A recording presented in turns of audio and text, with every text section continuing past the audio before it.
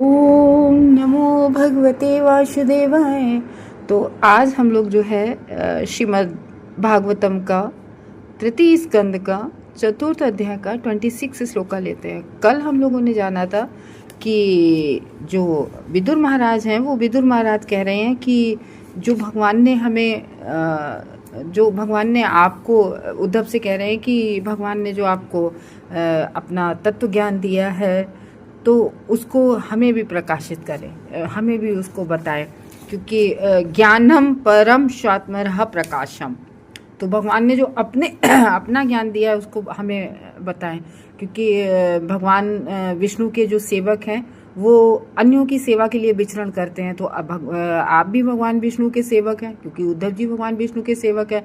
तो अब आप अन्यों को बताएं उसी ज्ञान को।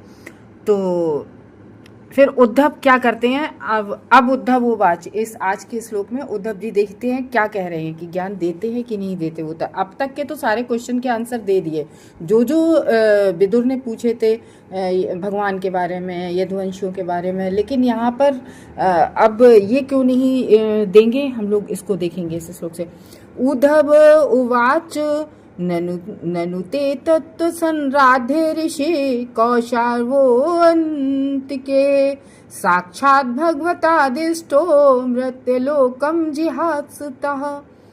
तो श्री उद्धव ने कहा कि आप महान विद्वान श्री मैत्रेय मुनि से शिक्षा ले सकते हैं। क्या बोलते हैं देखो, हम लोग इसके अनुवाद को पहले पूरा पढ़ लेते फिर समझते हैं।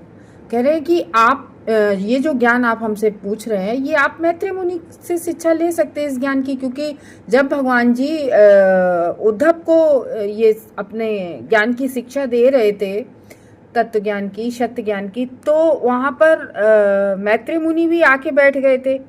तो और हम लोग ये तो जान ही गए सब कुछ भगवान की ही प्रेरणा से चल रहा, भगवान की ही इच्छा से चल रहा था। तो वहाँ पे आके मैत्रेय मुनि भी बैठ गए, तो मैत्रेय मुनि ने को भी वो ज्ञान मिला। यद्यपि वो दे रहे थे उद्धव को, लेकिन मैत्रेय मुनि ने भी तो वो शिक्षा ली। तो इसलिए कह रहे हैं कि आप महान विद्वान हैं मैत्रेय मुनि, उनसे आप शिक्षा ले सकते हैं, वो जो पास ही हैं। जैसे अपन लोग नहीं कहते कहीं दूर नहीं है यहीं पास में है, जाओ उनसे ऐसी चीज ले आओ, अपन लोग ऐसे नहीं कहते। तो वैसे ही कि आप महान विद्वान मैत्रेय मुनि से शिक्षा ले सकते हैं, वे पास में ही हैं और जो दिव्य ज्ञान की प्राप्ति के लिए पूजनीय है। अब यहाँ पर पूजनीय क्यों है, देखो एक भगवान ने जो अपना दिव्य ज्ञान दिया है उसको प्राप्त करने के लिए पूजनीय है। देखो एक बात ये है कि विदुर जी चाचा थे उद्धव के। हालांकि हम लोग ये जान चुके हैं पिछले श्लोकों में कि उद्धव जी को ज्ञान बढ़ा चढ़ा था, लेकिन यहाँ पर कह रहे हैं कि आप मैत्रेय मुनि से शिक्षा लें। क्यों? क्योंकि वो पूजनीय है, वो उम्र में भी बड़े हैं। ये व्यासदेव के जो मैत्रेय मुनि है वो व्यासदेव के साथ के थे। तो ये इस तरीके से कह रहे हैं कि वो पूजनीय है, उम्र में भी बड़े हैं, उन्हें ज्ञान भी है। और तीसरी बात ये कि भगवान ने जब मृत्युलोक को छोड़ने वाले थे, इस मृत्युलोक को भगवान जब श्री कृष्ण छोड़ने वाले थे ज्ञान देकर, तब श्री भगवान ने उन्हें प्रत्यक्ष रूप से शिक्षा दी थी। तो भगवान ने देखो, भगवान द्वारा आदेशित प्रत्यक्ष सामने भगवान ने आदेश दिया था कि उद्धव से कहा था कि तुम जाओ बद्रिकाश्रम, नर नारायण ऋषि को ज्ञान दो जाके, और मैत्रेय मुनि से कहा था तुम विदुर को दोगे जाके ज्ञान। तो ये प्रत्यक्ष रूप से भगवान ने कहा था। तो इसलिए वो कह रहे हैं कि आप जो है आप उनसे क्योंकि वो हर तरह से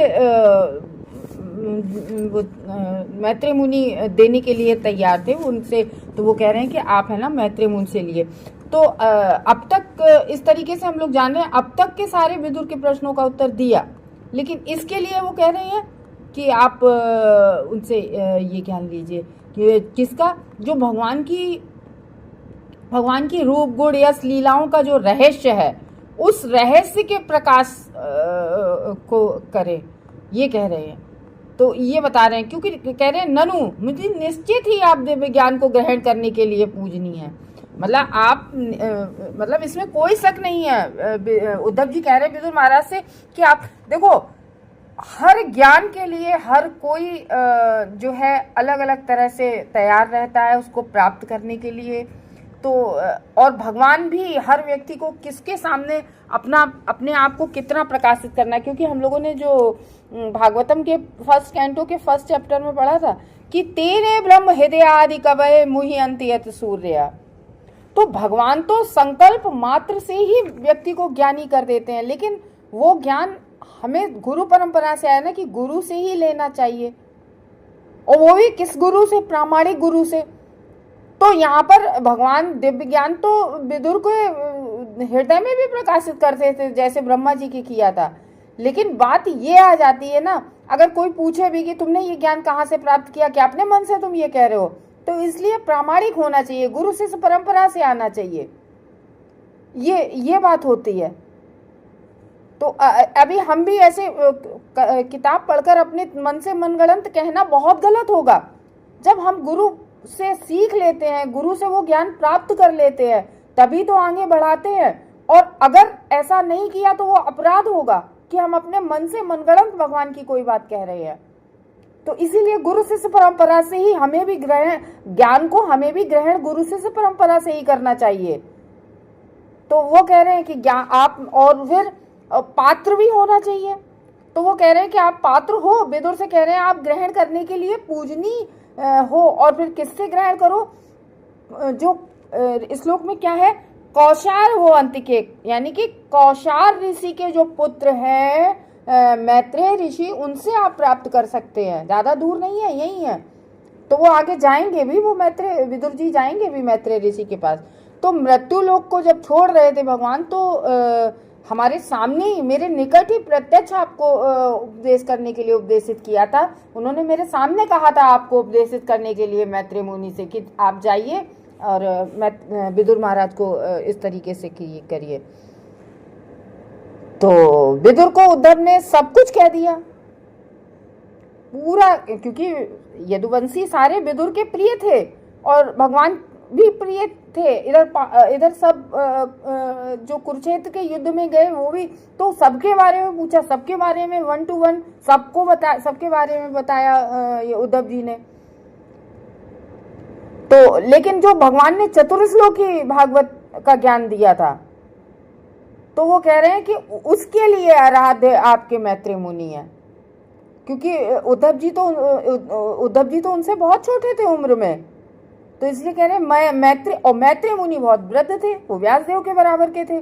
तो इसलिए कह रहे हैं कि मैत्रेय मुनि देंगे आपको इस तत्व ज्ञान को, जो योगेश्वर ईश्वर ने दिया था, जो भगवान योगेश्वर ईश्वर ने दिया था, वो उस ज्ञान को आपको वो देंगे। इस तत्व के लिए वही प्रणिपात, प्रश्नेन, सेव्या।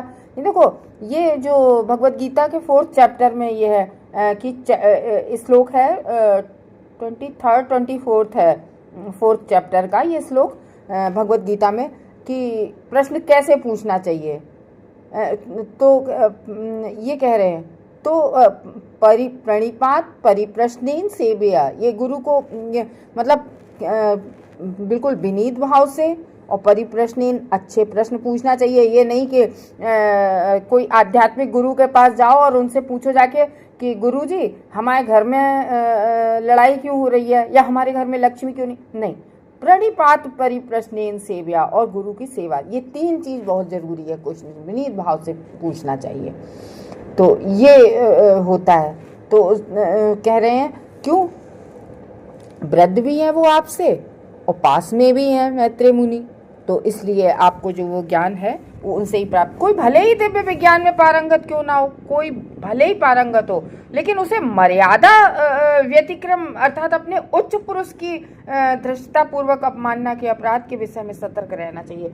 जो भी देखो, कभी भी किसी भी, जैसे कोई जूनियर डिवोटी है और कोई सीनियर डिवोटी है, तो कभी भी उसके प्रति कोई भी गलत व्यवहार नहीं करना चाहिए।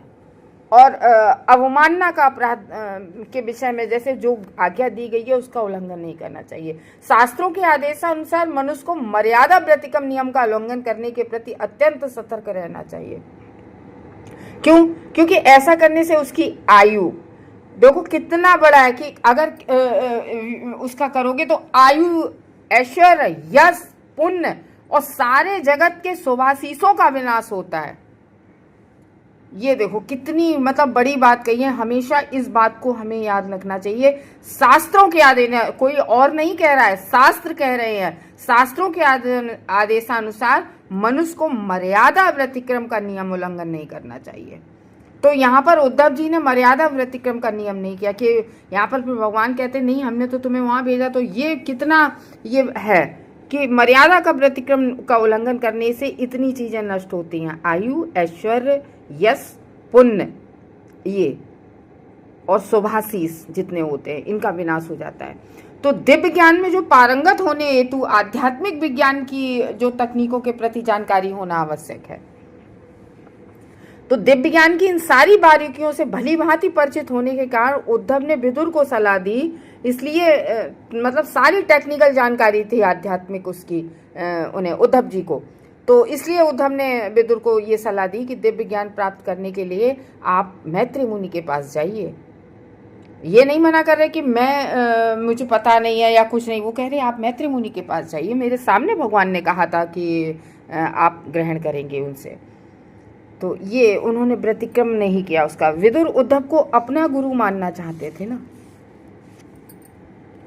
तो इस तरीके से विदुर चाहते थे कि उद्धव हमारे गुरु बने। देखो ये कितनी बड़ी बात है, आज तो कोई इस बात को मानने को तैयार नहीं होगा कि हम अपने भतीजे से ज्ञान लें, लेकिन विदुर उद्धव को अपना गुरु मानना चाहते थे कि हम उद्धव से सुने। किंतु उद्धव ने ये पद स्वीकार नहीं किया। उद्धव की कितनी ग्रेटनेस वो उन्होंने कहा कि नहीं, और भगवान ने भी बिल्कुल सही कहा। तो इस तरीके से उद्धव ने कहा नहीं, भगवान ने आज के समय में हाँ मैं देता हूँ, मुझे तो ये ज्ञान है, बड़ा एक्साइटेड होके, लेकिन नहीं, उन्होंने कहा नहीं, उन्होंने गुरु का पद स्वीकार नहीं किया विदुर से। तो क्योंकि विदुर उद्धव के पिता जितनी उम्र के थे, भाई चाचा पिता की उम्र के होते हैं, तो इसलिए उन्होंने कहा कि नहीं, मतलब उद्धव छोटे होने की वजह से उद्धव ने कहा नहीं, मैं ये ज्ञान आपको नहीं दे सकता, आप मैत्री ऋषि से लीजिए। तो इस तरीके से क्यों नहीं दिया? देखो, एक तो ये कि भगवान ने प्रत्यक्ष रूप से सामने कहा था कि मैत्री ऋषि को देने के लिए। दूसरी बात कि आप हमसे उम्र में बहुत बड़े हैं, तो क्योंकि गुरु से प्रश्न पूछने के लिए विनीत और भी बनना पड़ता है, गुरु की सेवा भी करनी पड़ती है। तो इस तरीके से उन्होंने बहुत समझदार थे उद्धव। तो जब मैत्री मुनि के पास में ही उपस्थित थे, कहते ज्यादा, और फिर ये भी नहीं कि मैत्री मुनि कहीं दूर हो तो आप वहां जा नहीं सकते हो, पास में ही हैं, आप उनसे ले लीजिए। तो नियम ये है कि अपने से बड़े पुरुष की उपस्थिति में उपदेश हेतु किसी को अधिक उत्सुक नहीं होना चाहिए। बहुत अच्छी बात कही है। जैसे हम कहीं उपदेश देना है, कहीं मंदिर में जाना है, और हमसे कोई बड़ा सीनियर डिवोटी और जो ज्ञान में भी बढ़ा चढ़ा हो और वो है अगर सामने, तो स्वयं एकदम एक्साइटेड नहीं होना चाहिए कि नहीं मैं ये क्लास दूंगी या मैं ये क्लास दूंगा, तो ये है, क्योंकि स्वयं उत्सुक नहीं होना चाहिए। चाहे कोई कितना ही दक्ष भले भी बना रहे, कितना ही निर्णास क्यों ना बना रहे।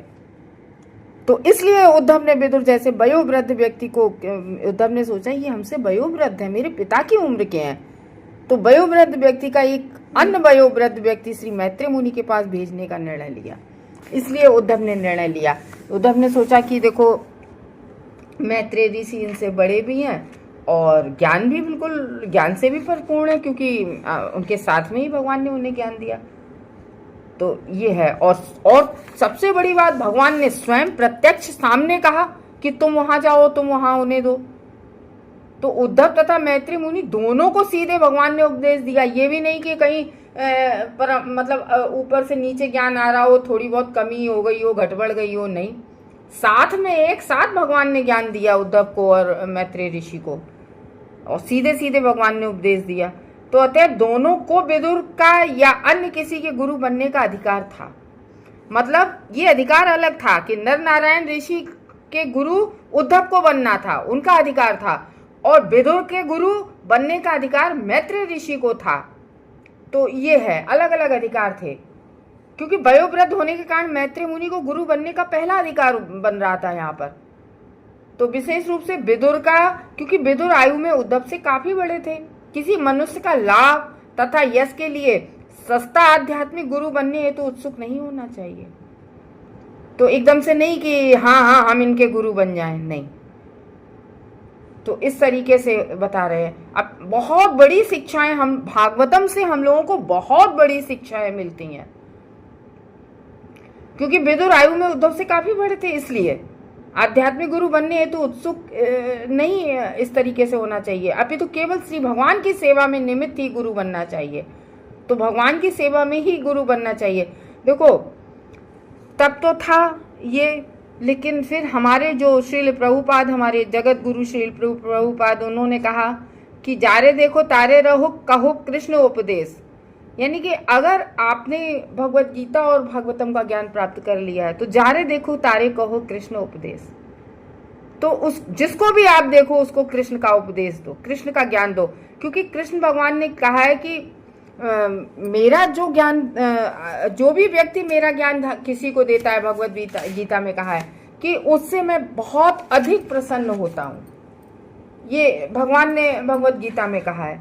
तो इसलिए अब हम लोगों को लिए तो भगवान ने भी इसलिए कह रहे हैं कि भगवान ने भी अपना स्मरण किया, भगवान ने भी आपका स्मरण किया। यानी कि ऐसा नहीं कि भगवान ने आपको भूल गए हो, तो भगवान ने आपका स्मरण किया कि उनको देना, आपका नाम लिया। ये बहुत बड़ी बात है कि उस चर्चा में आपको भी याद किया गया, ये बहुत बड़ी बात होती है। तो बिना गुरु के प्रमाणित हम ज्ञान कहाँ लेते हैं? मैत्रेय ऋषि की सेवा हमें भी नहीं लेना चाहिए। ये नहीं कि कहीं से भी हमें कोई ज्ञान प्राप्त कर ले, जहाँ हमें मालूम है कि ये प्रामाणिक शिष्य परंपरा से ज्ञान दे रहे हैं वहीं से हमें ज्ञान लेना चाहिए। हर किसी जगह से कोई भी ज्ञान हमें कलेक्ट नहीं कर लेना चाहिए। तो मैत्रेय ऋषि की सेवा आपको इस तरीके से करनी चाहिए और उन्हीं से ज्ञान प्राप्त करना चाहिए। और आज्ञा भी उन्हें मिली थी इस तरह की हमारे सामने कि गीता के उपदेश जो हैं वो भक्तों को, उसमें लिखा है उपदेश में गीता के में, भक्तों को जो ज्ञान देता है वह मुझे सबसे अधिक प्रिय है, भगवान कह रहे हैं। और जन्म कर्म चा में दिव्यम यो में भक्त्या, जो भगवान के जन्म कर्म को, जो भगवान के जन्म कर्म की दिव्यता को समझ जाता है वो व्यक्ति इस जन्म मृत्यु चक्र से उसे स्वतंत्रता प्राप्त हो जाती है। तो ये कह रहे ये टॉपिक हमने बताया, आगे मैत्रेय से पूछ लेना। यहाँ तक हमने बता दिया, अब मैत्रेय मुनि से पूछना, क्योंकि वे आदिष्ट थे, इसकी आज्ञा मैत्रेय को मिली हुई थी। तो कह रहे आप मेरे भ्राता नहीं है, मैत्रेय विदुर के चाचा लग रहे थे इसलिए। तो और वो मैत्रेय व्यास के साथी थे, इसलिए यहाँ पर जो है इसमें कहा गया है। तो भगवान कभी भी मर्यादा व्रतकम की धृष्टता को सहन नहीं करते हैं, भगवान इसको कभी नहीं सहन करते। मनुष्य को चाहिए कि अपने निजी लाभ तथा यश के लिए वयोवृद्ध गुरुओं को से प्राप्त सम्मान के ऊपर चढ़ी न करें। मतलब किसी भी व्यक्ति को ये नहीं चाहिए कि हम वृद्ध के भी गुरु बन जाएं और हम इनसे सम्मान प्राप्त करें। ये छद्म गुरु के लिए ढिठाई करना आध्यात्मिक साक्षात्कार की प्रगति के लिए बहुत घातक होता है। तो इस तरह की जो ढिठाई होती है वो नहीं करनी चाहिए। हरे कृष्णा भक्त।